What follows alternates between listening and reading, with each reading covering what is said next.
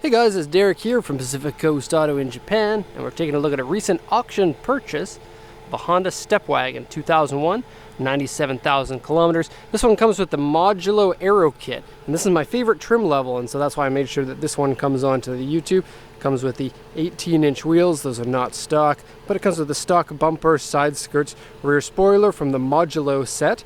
It does come with Modulo special wheels, but they're not really that special. They were inside the car.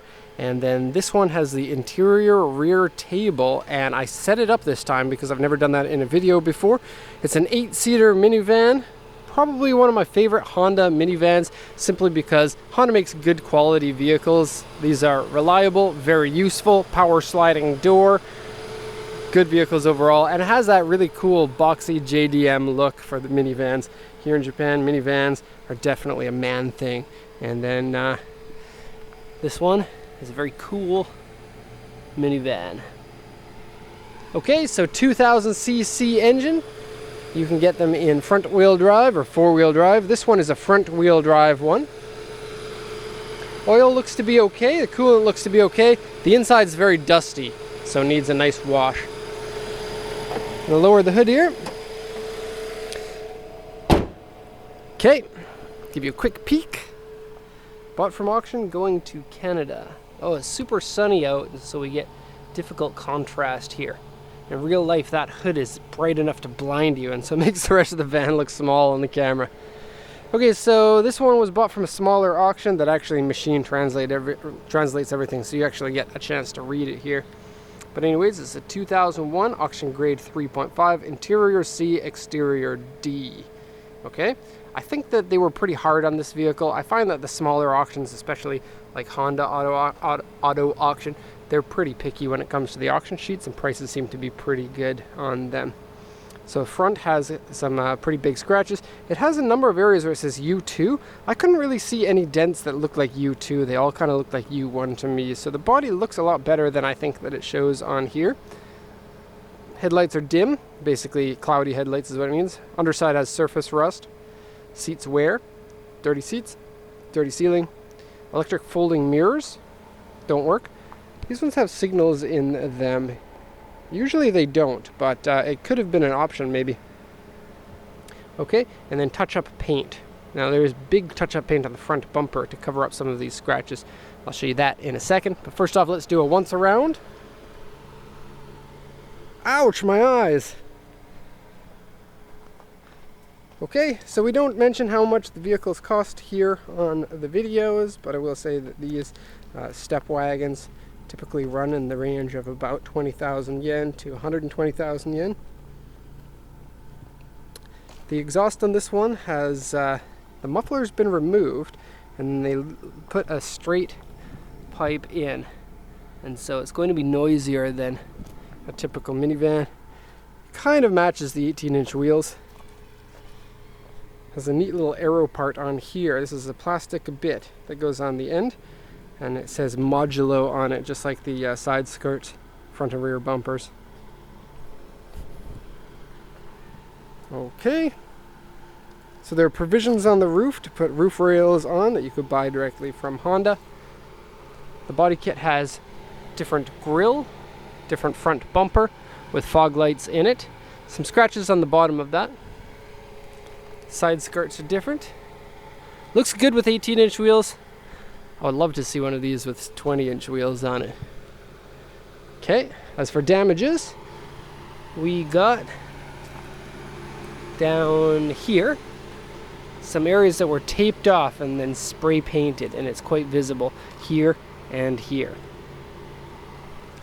I'll show you the side panels. Now a U2 is a medium dent. I'll show you where the dents are in a second here. So this section here has the dents in them. They're small dents, and they kind of blend in unless you look at it from that angle. Back bumper has some scuffs down here. The loading ledge has rock chips in it. A couple of scratches here. There's a weird little spot of rust right here. This is an A3 scratch, and so that's a large scratch here that goes along there, and then it's rusted in one spot. Okay, so overall I would say that condition is probably pretty good. I just had a peek at the mirror. It looks like these signal pieces are an add-on to the original mirror. It kind of looks aftermarket now that I look at it. Wheels have corrosion on them. See the squiggly lines?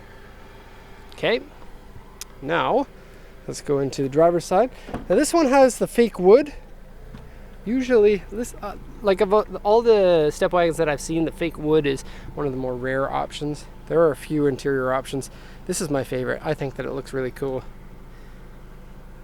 See there, the steering wheel. It isn't real wood in the steering wheel or the panels. Okay, front seats, and these are swivel seats. So you can change these seats to face backwards, and that matches up with the cool table that's in the back. Seats are in pretty good shape. There's sagginess here though. There's a little bit of thread sticking out there. Okay, climbing in. AC works, and mechanically the vehicle seems to be perfect. There's the gauges, 96.5, 76 kilometers at the time. Power folding mirrors. Only the left one works. Where's the button? There we go. No work. You get a ton of headroom. There's like another foot between my head and the ceiling. Shifters on the dashboard there. Lots of AC vents. This one came with a bunch of things. This thing and this thing and that thing. And then there's a CD changer under the driver's seat. Cup holders come out of here. Cigarettes go in here. Vehicle has been smoked in but doesn't smell like cigarettes. My gosh, is it ever nice to have my scent back for this job. I haven't had the ability to smell things for over a week. I like the look of that wood. Pretend wood. Comes with a bunch of stuff in there. Okay. Oh, and look. It's not a Stepwagon, it's a Stepwagon. See? Stepwagon. Alright, let's go to the back. Power sliding door. Go door.